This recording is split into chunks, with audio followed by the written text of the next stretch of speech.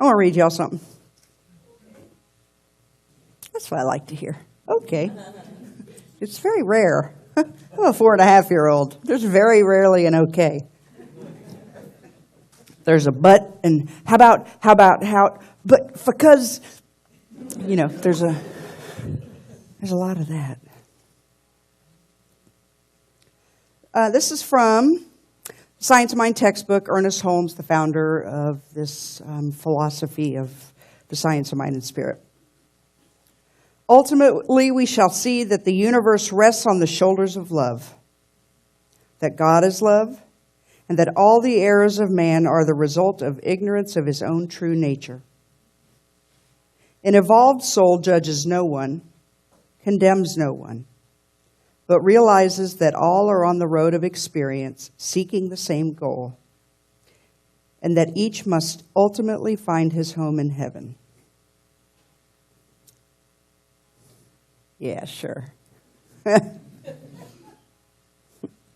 Sure. Let me read that again. So, let me say before I read it again that when Ernest Holmes talks about heaven, he is not talking about some faraway place.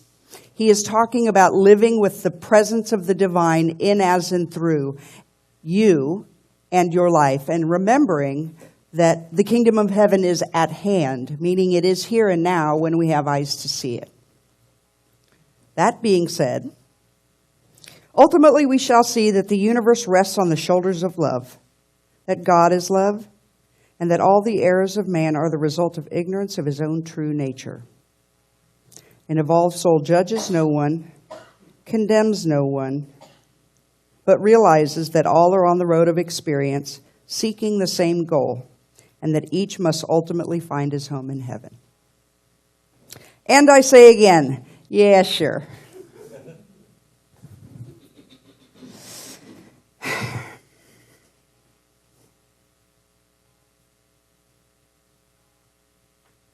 That is really hard to remember. And it is especially hard to remember living in times like we live in. Seeing the things that we see. Knowing the things that we know. For me, the way that...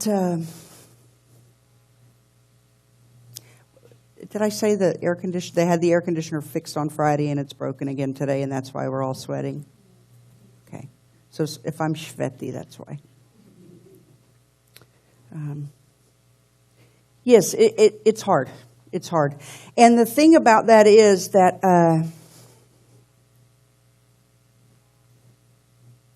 I know when I am in a place of solitude, surrender, peace, tranquility, all of the things that my spiritual endeavors bring me, I know these things. I know this thing to be true. That there's good everywhere.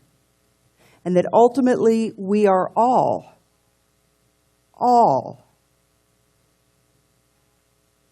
sons and daughters of the living Spirit Almighty. Some of us are just a little more cleverly disguised than others. How's that?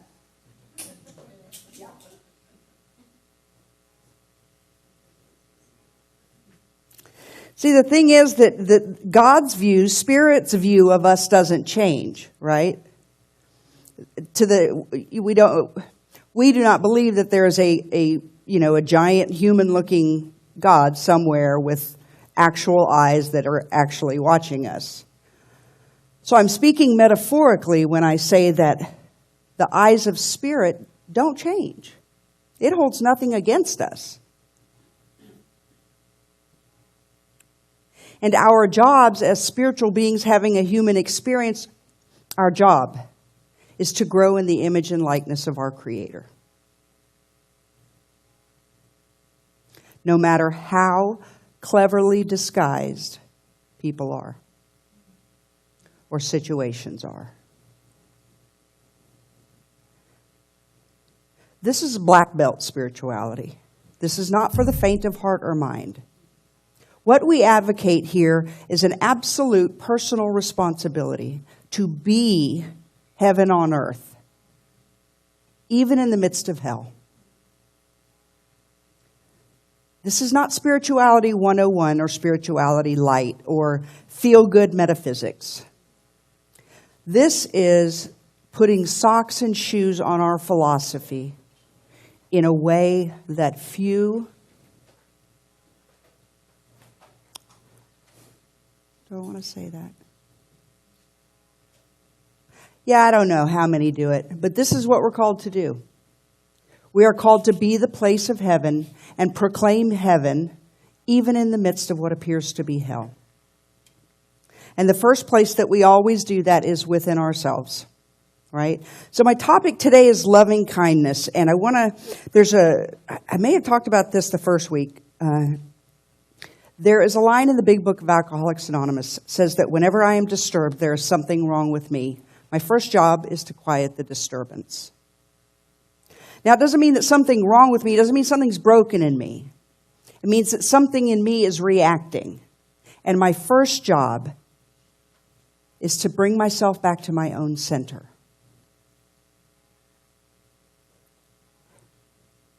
And that is not in opposition to taking action. It's a precursor to taking action. So let me use a simple example. If I've been playing fast and loose with my money one month, and I've got to sit down and balance my checkbook and see if I've got enough for the electric man, my first job is to remind myself, even before I pop the top on the checkbook, I live in an abundant universe. I tell myself every truth I can think of that applies to my checkbook before I open it up. I do the same thing before I go to a protest. I do the same thing before I have a conversation that I think is going to get heated. My first job is to quiet the disturbance. Then I decide what action to take.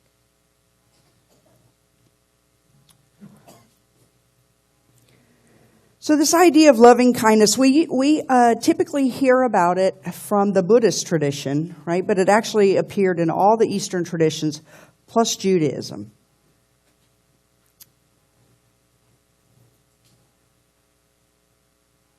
In the East, this is interesting. So when I say loving kindness, what do you think? Just toss something out there. Patience. Compassion. Generosity. Heard another one and missed it. Understanding. Kindness. Yes. Wait, one more. For all. Personal and for all.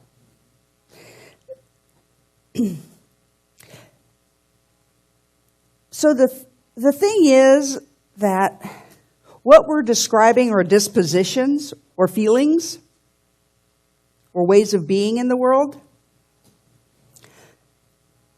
And they're all true about being in the world as the presence of loving kindness. The thing about it is that loving kindness is a practice. It's a practice that becomes a disposition. I learned this in alcohol. You know, a lot of the great stuff I learned in my life, I learned in the rooms of Alcoholics Anonymous. And so I share that with you because it's some of the biggest truths I know.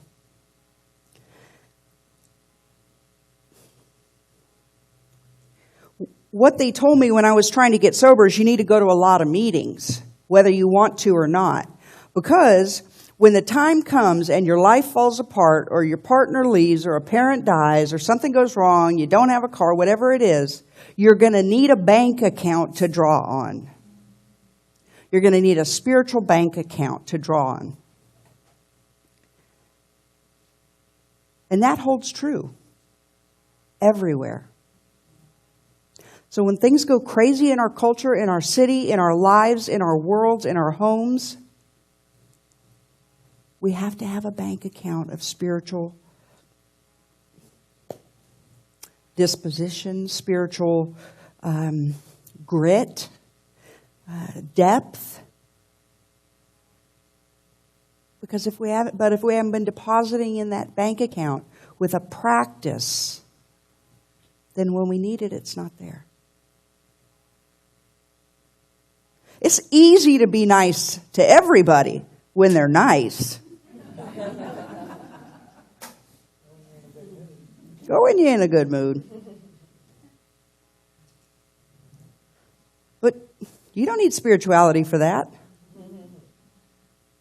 You don't. You don't need God or Spirit or Allah or whatever your term for the divine is. You don't need that when it's all going well. That's not when the call happens. The call to be the presence of peace and love and wisdom in the world happens when it appears to be lacking.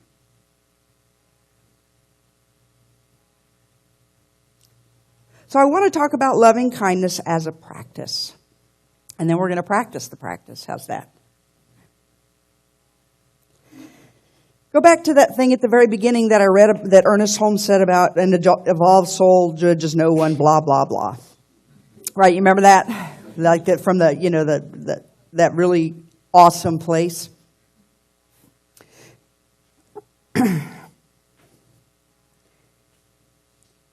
Far as I can tell, there's two ways to move into the practice of loving kindness. And so I want to talk about each of those two ways, and then we're going to practice one of them.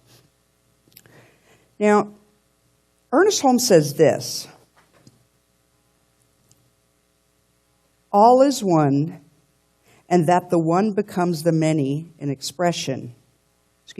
All is one, and the one becomes many in expression. The thing to do is not to try to unify with people, but with the principle of life. The principle of life behind all people and things. This is working from the center and not the circumference. In this one mind are the minds of all people. In this one heart are the hearts of all people. When you unite your thought with the whole, you will be united with the parts of the whole. So the way that Ernest Holmes is advocating that we do this is deductively, right? So this is what I know to be true about spirit. This is where the focus of my meditation practice is, on unifying and knowing that I and the Father are one, or I am that, however you want to language it. And then being able to take that and apply it everywhere. That's one way to do this.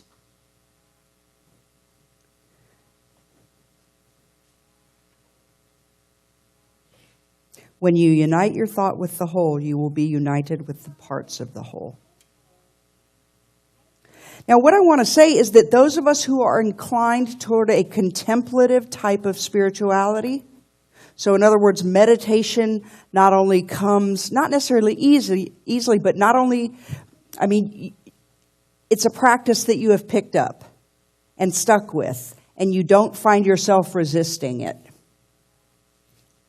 So we can call that a contemplative type of spiritual orientation, or a mystical type.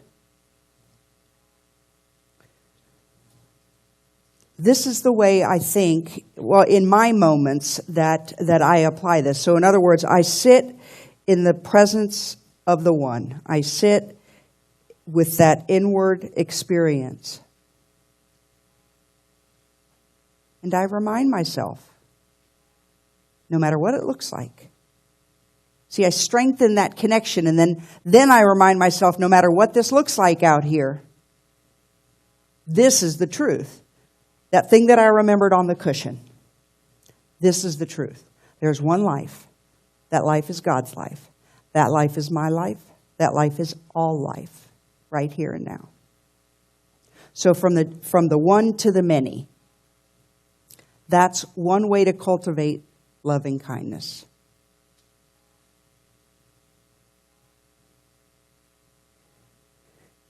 And then there's from the many to the one. From the many to the one. Now, the challenge with this is Ernest Holmes really, this is a great line. We're not trying to unify with people. We're trying to unify with the principle of life behind people and things. That's beautiful. Of course, with my mind, it almost goes, well, good, does that mean I don't have to like them then? I'm not there yet, clearly. You understand what I'm saying, right? But my job is to find the namaste point. The divine in me salutes the divine in you, right? And there's something really meaty about that. However, for me, and this is just me, my spiritual orientation is from the many to the one. I'm highly relational, right? And so, whereas I have a meditation practice, because I find that it gives me, it gives me the 3-second pause between thinking it and saying it, or thinking it and typing it, which seems to be, it's risky. With the advent of social media and stuff, it's risky. Right? So it gives me the 3-second pause.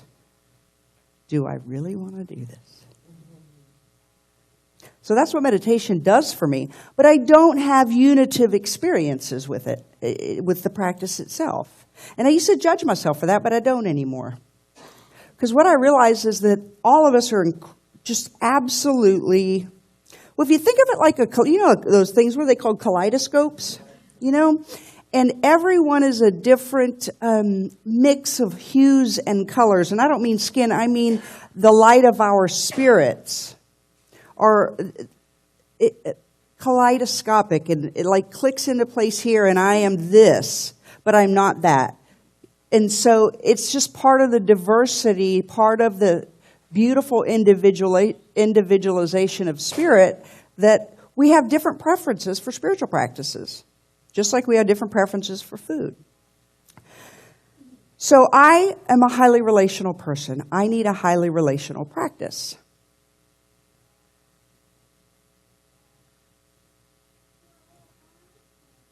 So there's an actual loving kindness practice.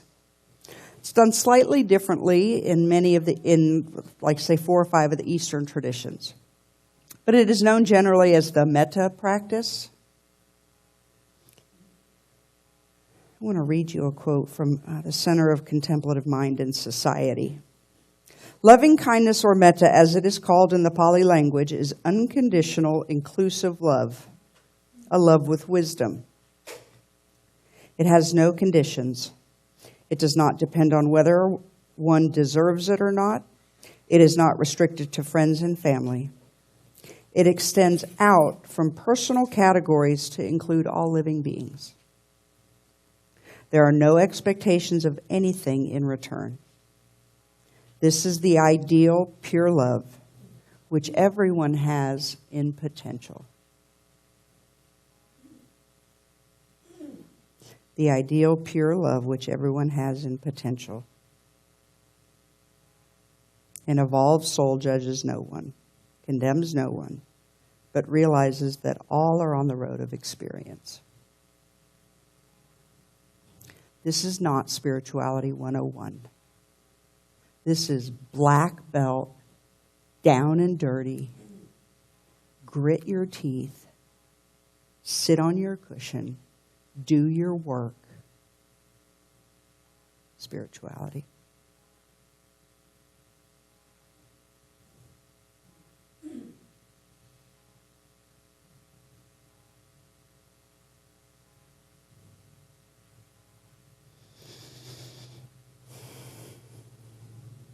And as we do it,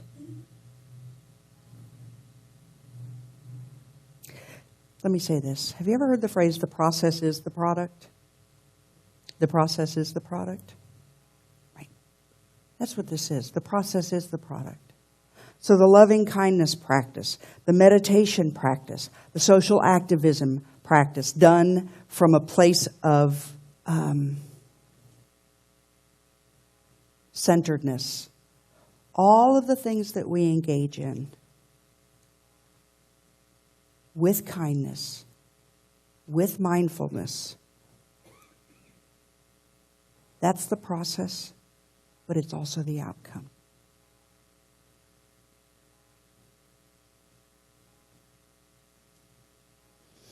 So I want to end with an actual loving kindness practice. And so while Brad's coming up here, I'm going to invite everybody to get comfortable. Close your eyes if you're okay with that.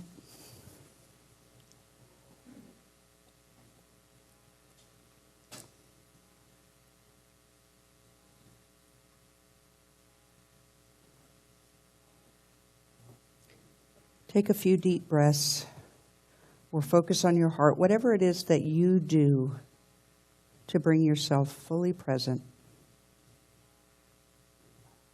into your body and the moment.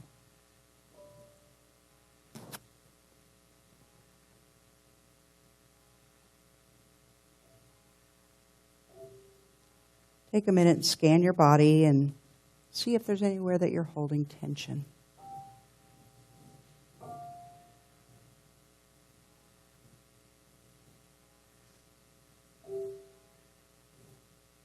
Perhaps in your jaw or your shoulders.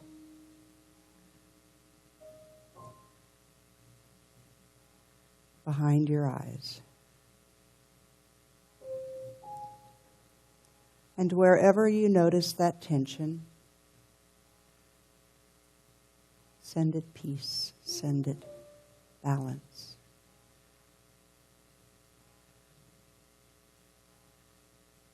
Love it whole.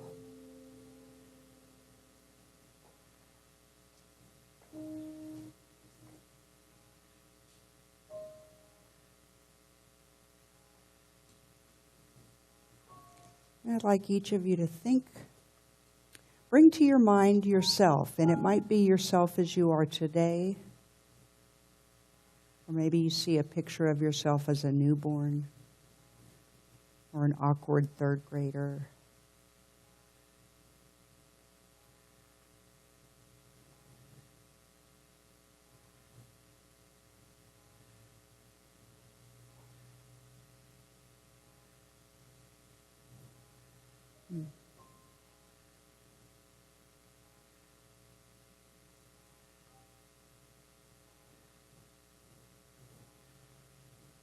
See that face.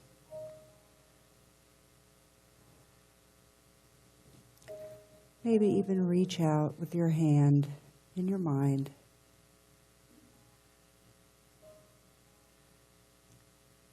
And gently cup the cheek.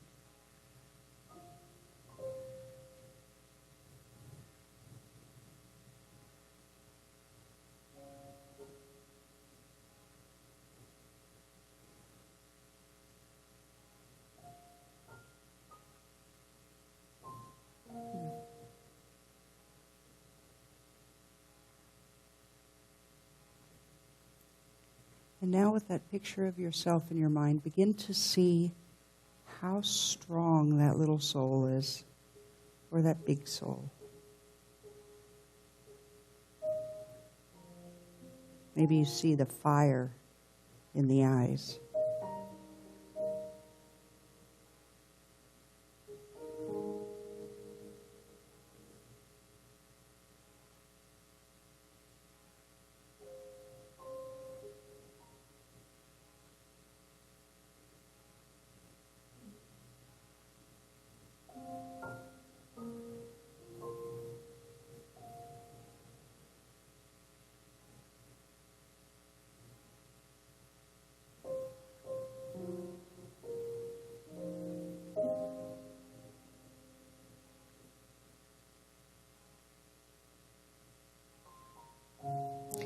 Now say to yourself, may I be filled with loving kindness.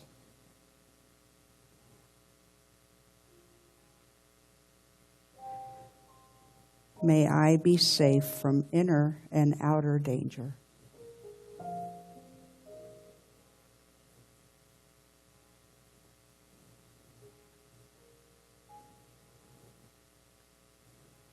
May I be peaceful and at ease.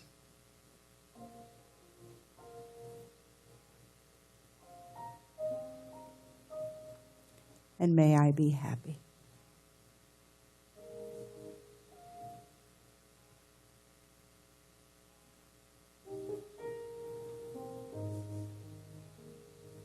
Now allow to come into mind a friend or a loved one, a child in your life, perhaps your spouse or partner, someone you love easily and wholeheartedly, effortlessly.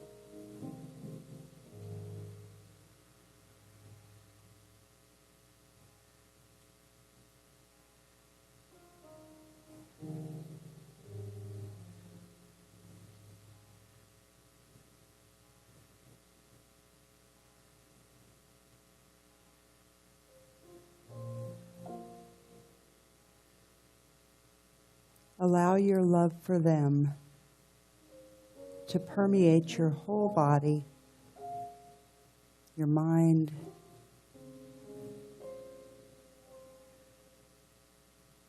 the space between you.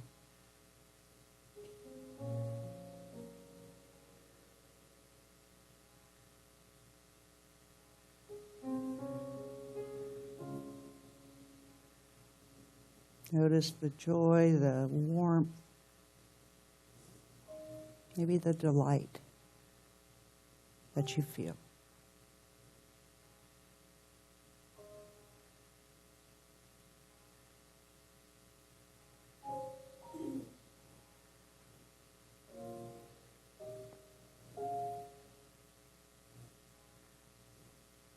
And now say to them,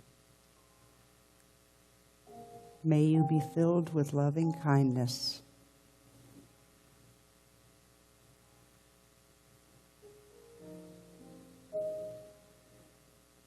May you be safe from inner and outer dangers.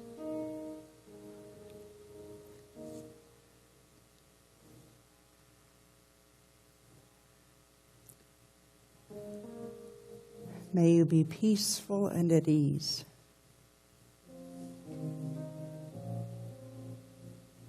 And may you be happy.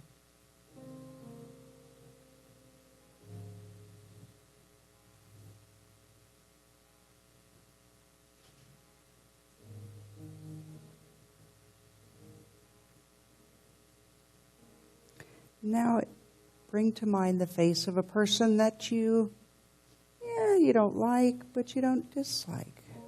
Just a neutral person.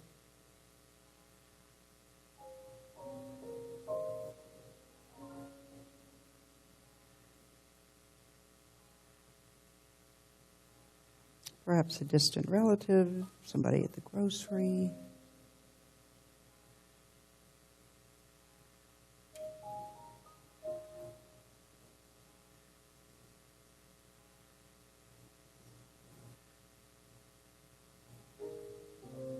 Now, using the love that came easily, the peace that came easily,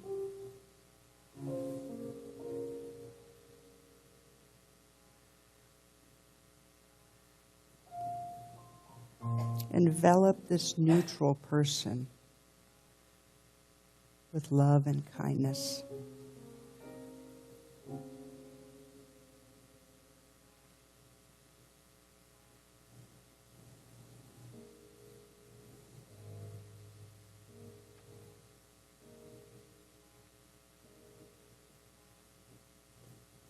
And say to them, may you be filled with loving kindness.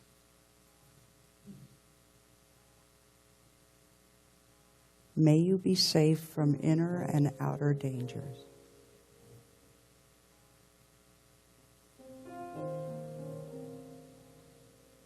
May you be peaceful and at ease.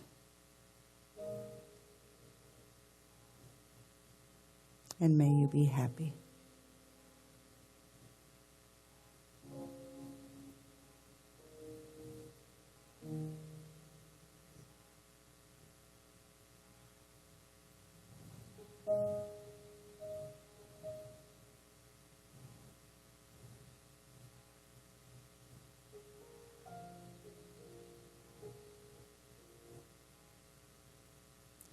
And now find where in your heart or your life it's hard. It's hard to love.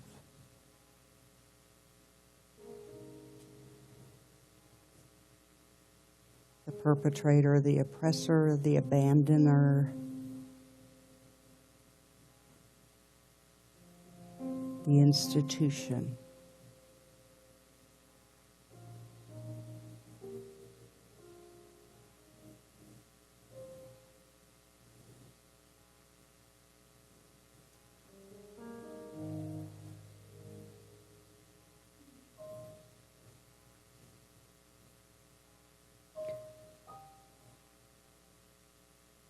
You are already vibrating as love.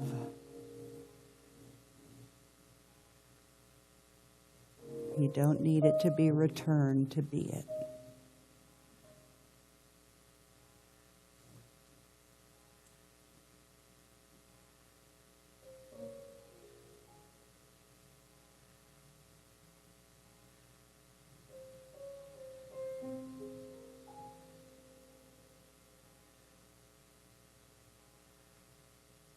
Now send that love to the place that it's most needed, to the person or thing you find least lovable.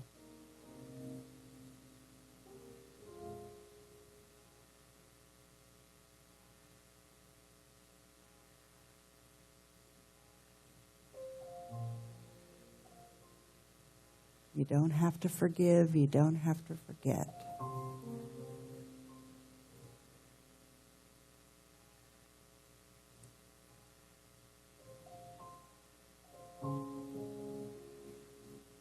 Now say to that,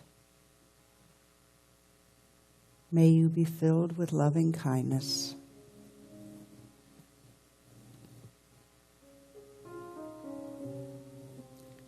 May you be safe from inner and outer dangers.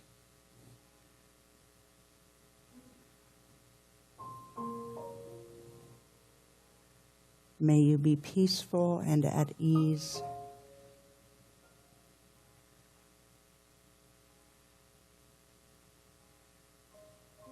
And may you be happy.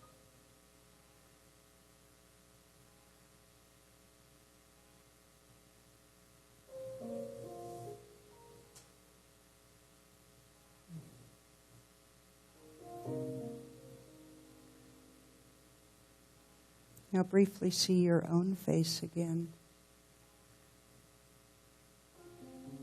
The face of your loved one then.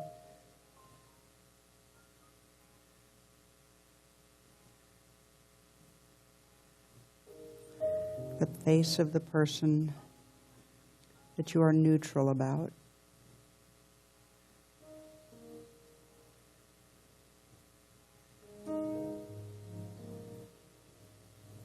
And then the image of the person, institution, or idea that you are dissonant with.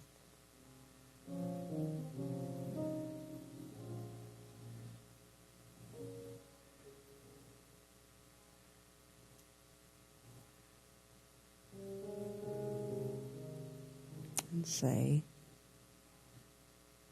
may we be filled with loving kindness.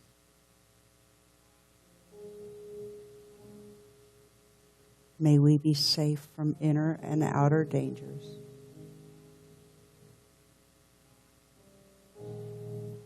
May we be peaceful and at ease. And may we be happy.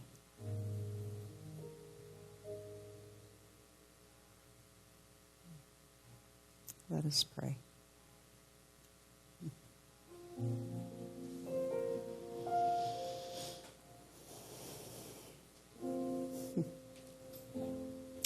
climb the mountain one step at a time. We cross the plains one step at a time.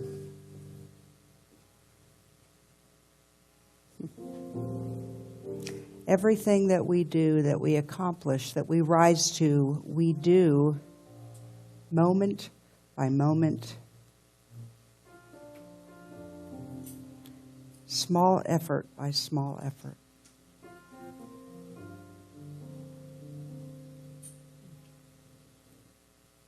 Today I'm remembering that the process of developing loving kindness in itself is the reward. That I absolutely know that there is one life. That life is the life of God. It is present in all places, at all times, in all people, and in all situations, even if it's not readily apparent, even if it's cleverly disguised.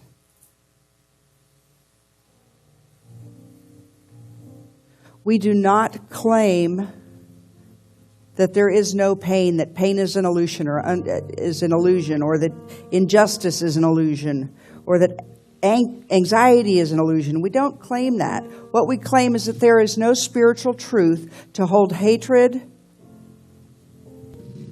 to hold pain, to hold depression, to hold any of those things in place. So while they may be real in our experience, they have no mind and no place in the heart of God. And because it is our call to grow in the image and likeness of our Creator, every day, with every possibility, we have an opportunity to practice.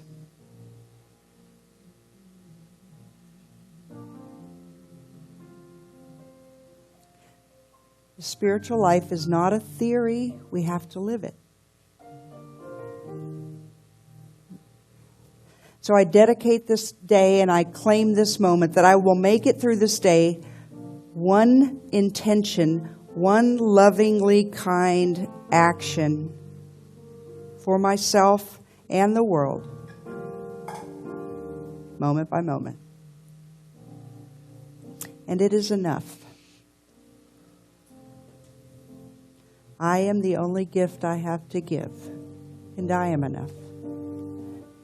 And if it is true for me, it is true for each and every one.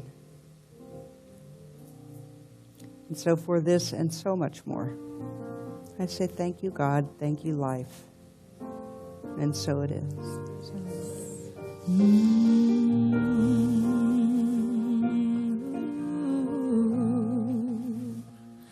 Amen. Amen.